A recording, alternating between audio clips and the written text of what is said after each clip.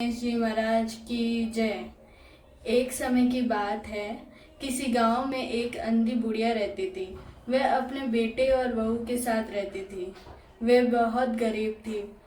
वह बुढ़िया माई रोज गणेश जी की पूजा किया करती थी। एक दिन गणेश जी उसे प्रसन्न होकर उसके सामने प्रकट हुए और बुढ़िया से बोले, बूढ़ी माई, तुम जो चाहो मुझसे मांग लो। बुढ़िया ने कहा, प्रभु मुझे तो मांगना ही नहीं आता, कैसे और क्या मांगूं? तो गणेश जी बोले, अपने बेटे और बहू से पूछ लो, मैं कल फिर आऊँगा, तब तुम जो चाहे मांग लेना। ऐसा कहकर गणेश जी अंतर्ध्यान हो गए। बूढ़ी माई अपने बेटे के पास गई और उसे सारी बात बता दी।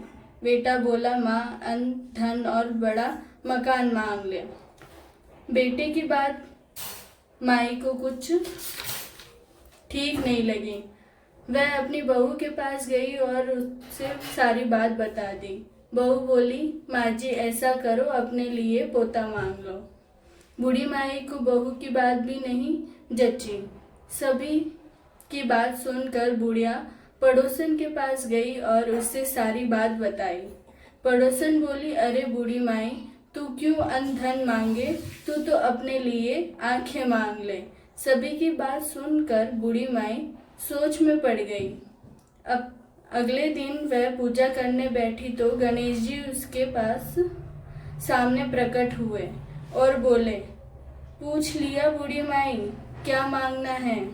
बुढ़िया माई बोली, प्रभु मुझे तो मांगना नहीं आता, लेकिन आप देना ही चाहते हो तो मैं अपने घर में अपने पोते को सोने के चम्मच से दूध पीता देखूं। बूढ़ी माई की बात सुनकर गणेश जी बोले, अरे बूढ़ी माई, तूने तो मुझे ठग लिया। तुम तो बोली मांगना नहीं आता और सब कुछ मांग लिया।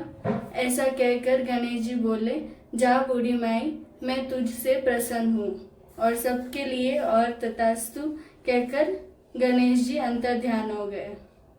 गणेश जी उस बूढ़ी माई पर प्रसन्न हुए, वैसे ही सब पर प्रसन्न होना। खोटी की खरी, अधूरी की पूरी। बोलो गणेश जी महाराज की जय।